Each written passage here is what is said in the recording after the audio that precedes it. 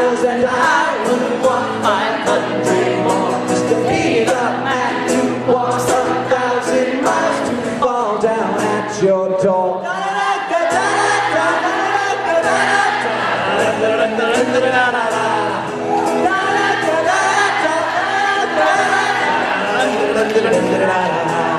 Islanders, I have no idea what the date on Friday is. I think it's the 4th. Here's my guest star, Josh Rodriguez, and our chauffeur slash graceful parental guardian, his mother, Ms. Rodriguez. And we're going to go meet John and Hank. Yay! So, yeah, at this point I have no idea what the topics for this week are, obviously, since the week hasn't started. I haven't even seen Mitchell's video. So,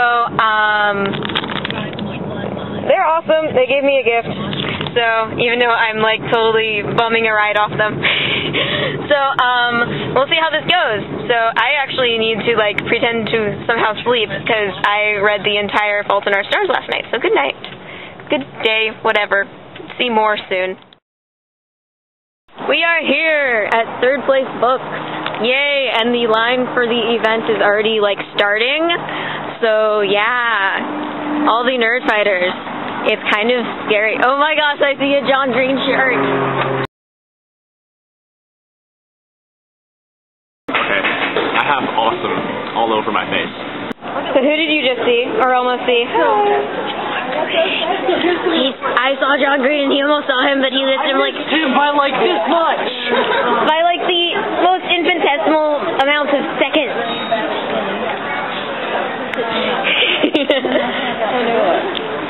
You're a journalist. Can't help it. Now do your chemistry homework, arrows. This is exciting. Right. The car is going. The people in the car are going. Why is everybody going to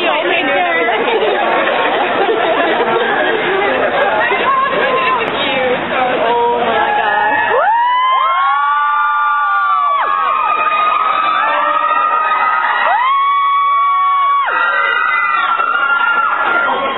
Are they gonna park it right there?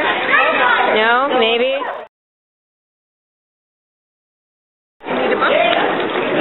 Right? Katie, quickly! Come get your book! There you go. Thank you so much. And here.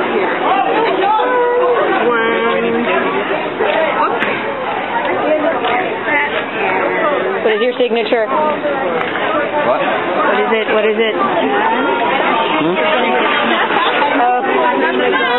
You got a hinklerfish! Okay. Will you hold the camera for me while I look? Okay. Here I go. I got a hinklerfish too! It's green and has a hinklerfish.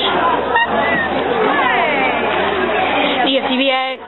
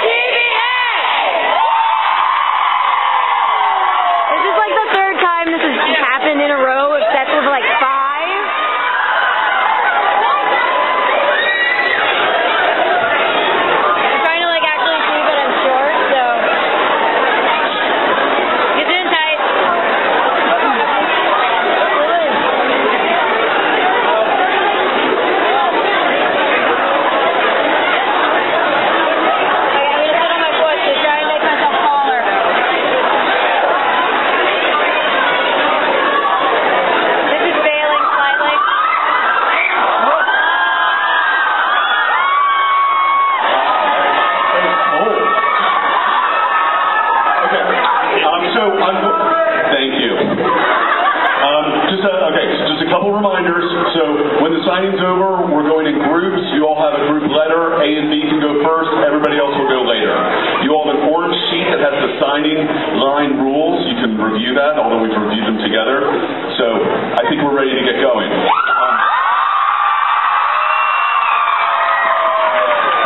My name's Robert. I'm the managing partner. Hi. Hi, Robert. I'm the managing partner of Third Place Books. I've been a bookseller for 20 years, and I've two things that I get to do tonight that I've never done in 20 years. I've hosted a lot of author events. I've seen a lot of crowds, and I've never welcomed a crowd that is not necessarily this big, but this the median age being so young. And so pumped.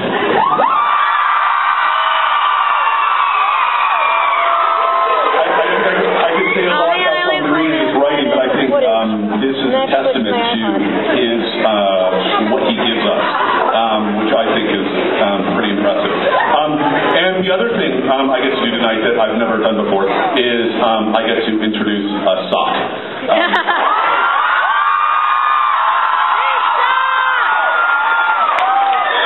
So without further ado, here is Hank Sock.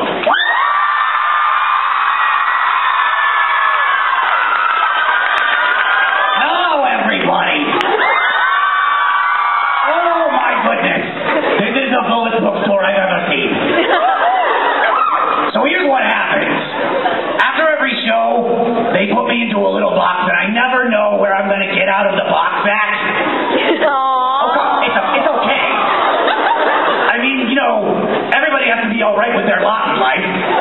Like the male anglerfish is perfectly happy when he finds the female. And I'm perfectly happy to put in my little box because that's where I live. It's my house. It's cool. I'm down. And I never know when I'm going to get out, or I never know where I'm going to be. And it's just such a joy to see a different place full of excited and amazing people every single time. Thank you so much. This tour has been one of the best things that ever happened to me. A sock could never wish for more.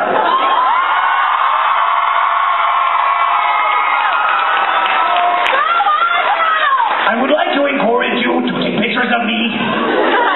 I'm kind of a big deal on the internet. And so when people will see them on your Tumblr or Twitter, they will be like, oh my gosh, you got to see Hank Sock live. Cool. So if you want to take pictures of me now, I haven't seen enough of them. So that would be great. Glamour shots. I had never met John Green before this tour. I think you know that guy. I know Hank. I live in his office in a box. But I never met John before. And when I first saw John and Hank together, I was really struck, just profoundly dumbfounded, that they looked almost exactly like the twin rock duo from the 90s, the Proclaimers. You know, the guys are like, I would walk 500 miles and I would walk 500 more. If you're here to see those guys, this is not them. You should go home. I think they're in Scotland. Never! There. Men in kilts, they're still Anyway, I've never seen John. I knew John Sock, who is my brother. Unfortunately, John Sock could not be here tonight because he's dead. He was tragically mauled to death by a West Highland white terrier. Yeah, that's hilarious. Thanks, everybody, for your support in my time of need. You were so sad when I got put into a box, but my brother was put into a box and he was dead. We'll catch you up. That's what I wanted. So there are a lot of people here today. We're starting out with A's and B's, and the signing line. Can you scream if you're an A or a B? And I think we're going all the way to like P's or Q's. A's and B's, we love you, but we can't do a lot of things. We can only sign 3 things per person. We can't do hugs. We do high fives. We can't do hugs. We can't do both pictures. We can only do 3 things per person because not only do we love the A's and B's, we also love the P's and Q's. And now, without further ado,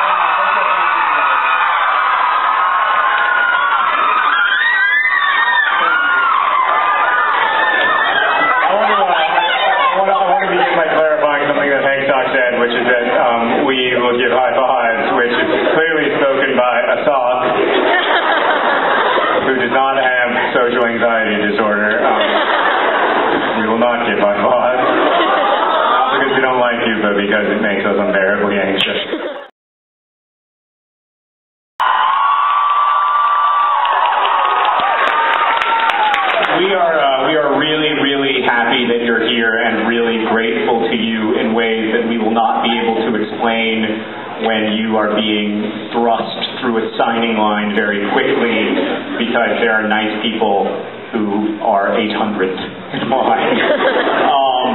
But we really are very, very grateful, and it is such a pleasure to be here with you today. I want to talk a little bit about The Fault in Our Stars and how I came to write it. But in order to do that, I want to begin by making sort of a broad observation, which is that you choose what to think about. Even when you don't feel like you're making that choice, you usually are. And I will acknowledge that the choice can be circumscribed. It can, for instance, be circumscribed by if you have a headache, it can be difficult to think about anything other than your headache. If you don't feel well, it can be difficult to think about anything other than the fact that you don't feel well.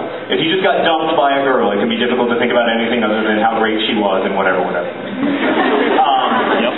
There is no question that your thinking is circumscribed by circumstance. However, you choose what to think about. And that is one of the very few true choices that we have in this world. And I believe that we must choose wisely, because what we choose to think about orients our lives toward whatever we're going to do while we're here. That's how we spend our consciousness. And I'm using the word spend literally because it will be spent and then you will be dead. I'm sorry if that's funny. I find it alarming. And so I want to spend my consciousness in the best possible way, and I think probably most of you do as well, and certainly the two kids at the center of this novel, Hazel and Augustus, want to spend the time that they have as conscious beings in this world as well as they can spend it. And that's really difficult to do, because there are a lot of different models for what constitutes a good life or a heroic life. And you've got to think hard about which model you're going to embrace, because the time that you spend embracing that model and orienting your life in that direction is going to be ultimately time that you can't get back, literally. Trust me, I'm older than most of you. So there are a bunch of models of like a good life in this world. My grandfather just died. He was 92 years old. When I was at his funeral, over and over again, people told me, your grandfather lived a good, full life. And that's true, but he also lived to be 92, which is a huge statistical advantage. Many of us, unfortunately, won't live to be 92. And even if we do, trust me, those of you who've ever watched an episode of Jersey Shore know that it is easy to waste 30 minutes. Well, let me tell... I'm sorry, by the way, if Snooki's here. I don't mean that personally, Snooki. I know you're a fellow author, and we're trying to take care of each other. But it is possible to waste 30 minutes. It is possible to waste 30 years. The question of how to have a good, full life, even if you don't have a long life, is the question that haunted me while I was writing this book over the last 12 years. I worked as a student chaplain at a children's hospital almost 12 years ago for about 5 months, which isn't a very long period of time. I have great admiration for the people who actually do it and don't chicken out like I did. But it was really difficult work because I spent a lot of time with sick and dying children and with their families, and that is painful, difficult stuff to do.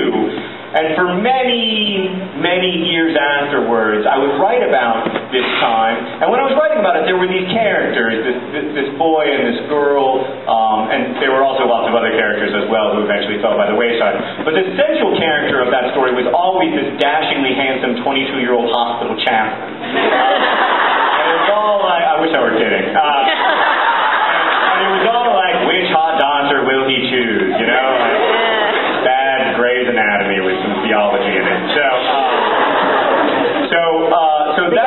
that was with me because I was trying to write a story for me. I was trying to process what I'd seen, what I'd lived through, how difficult it had been for me, in a way that wasn't a gift to you, in a way that wasn't going to be something that was helpful to you. And over again, my editor would be like, there's some really interesting stuff here, but this chaplain is killing me.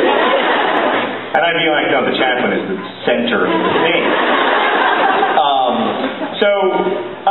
finally, in 2008, I made the acquaintance of a young woman named Esther Earle, who's a really important part of our community. For those of you who thought you were coming to a book signing, my brother and I make YouTube videos, and that's why almost everyone is here.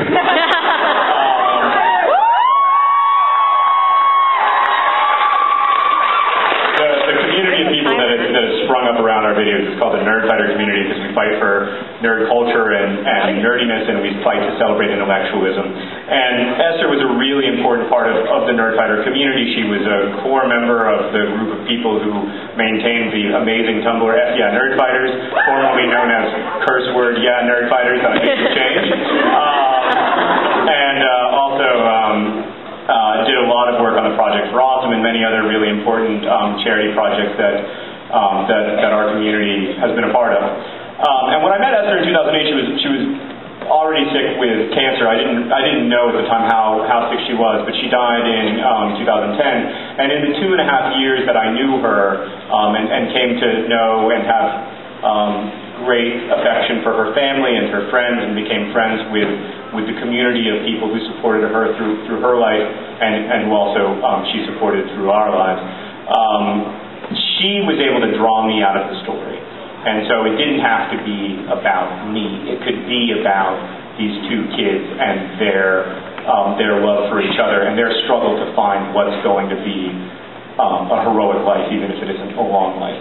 And on that subject, well, first let me say that you can donate tonight to the organization This Star Won't Go Out that Esther's family set up in her honor. All the money from that organization goes to kids with cancer and their families. It's a really great organization. We've been supporting it on the whole tour up to $500 tonight. Your donations will be matched, but there are a lot of you, so hopefully there will be more than $500.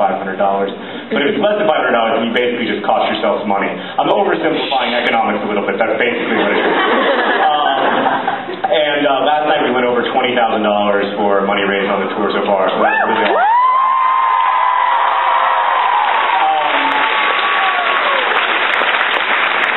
So, okay, before I bring up our next guest, I want to say a little bit about this book specifically, and how these kids model the idea of heroism, or how they take it. So there's a lot of ways in which a guy, for some reason, has to kill a lot of people very virtuously, and then probably make a sacrifice that will result in his death. But fortunately, you can hit continue. That's the model of heroism that Augustus Waters has been born into. It's the model of heroism that we've all been born into. And it's the one that he must live with, and he struggles to find what the meaning of his life is going to be, what the orientation of his life is going to be. And Hazel has to deal with that as well, but Hazel has to deal with it in this real and visceral way, because she knows that her cancer is not curable, and she knows that her life expectancy looks nothing like the life expectancy of the rest of us. So I want to talk more about heroism and how our imagining of it shapes the way we end up living our lives. But in order to do that, I feel like it would best be done in song. And as some of you may know, I cannot sing. Live. However, I'm fortunate to have an extraordinarily talented brother. So I want to introduce, for those of you who don't know who Hank is, and there are some of you, I want to introduce my brother to you by saying first that among his many accomplishments is being my brother. But he is also a Billboard charting musician. He is the co-owner and founder of DFTV Records, the world's most awesome record company. He also created VidCon, the world's largest online video conference. And he created the Project for Awesome, YouTube's largest and most awesome charity fundraiser annual thing.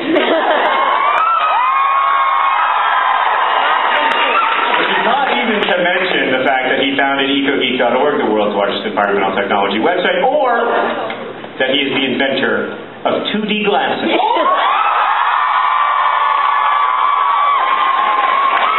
Which render three-dimensional movies in a crisp 2 dimensions. And in 1998, his classmates at Winter Park High School voted him Best Dancer. Ladies and gentlemen, Hank